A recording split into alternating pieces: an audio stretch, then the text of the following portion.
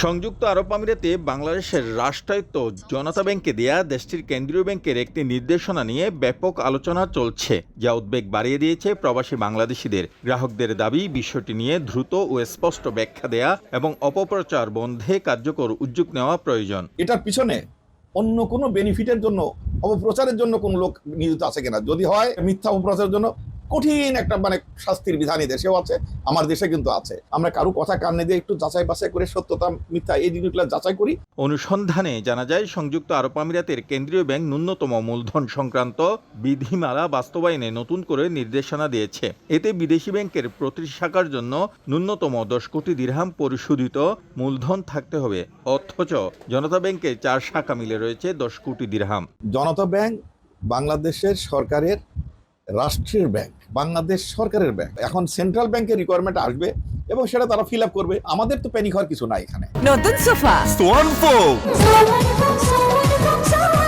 Schwann গ্রুপের একটি পণ্য।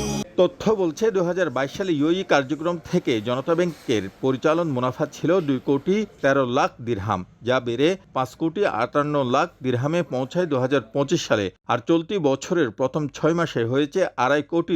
গ্রাহকের আমানত 2022 সালে ছিল 1,07,996 কোটি দিরহাম। 2025 সালের জুন পর্যন্ত তা বেড়ে দাঁড়ায় 134 কোটি 55 লাখ দিরহামে। 1976 সাল থেকে সংযুক্ত আরব আমিরাতে কার্যক্রম চালাচ্ছে জনতা ব্যাংক। বর্তমানে আবুধাবি, দুবাই, শারজাহ ও আল আইনে 4টি শাখায় গ্রাহক রয়েছে প্রায় 70,000।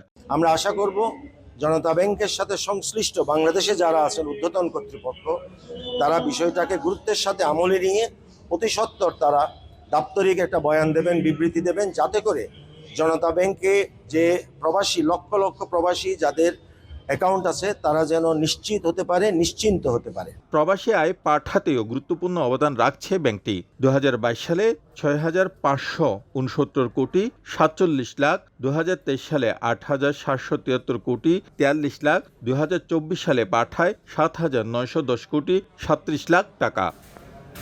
জনতা ব্যাংক ইউএই শাখা বলছে, গ্রাহকদের আমানত নিয়ে উদ্বিগ্ন হওয়ার কোনো কারণ নেই। গ্রাহকদের সব ধরনের আর্থিক দায়বদ্ধতা পূরণে ব্যাংকটির সক্ষমতা রয়েছে। কোনো ধরনের গুজব বা অপপ্রচারে বিভ্রান্ত না হওয়ার আহ্বানে জানিয়েছে ব্যাংক কর্তৃপক্ষ। শিবলি আল সাদিক, সময় সংবাদ, সংযুক্ত আরব আমিরাত।